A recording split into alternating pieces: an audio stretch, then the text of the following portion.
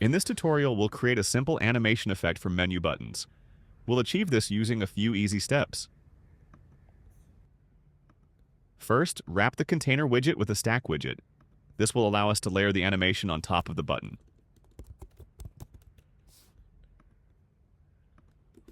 Next, add an AnimatedPositioned widget inside the stack.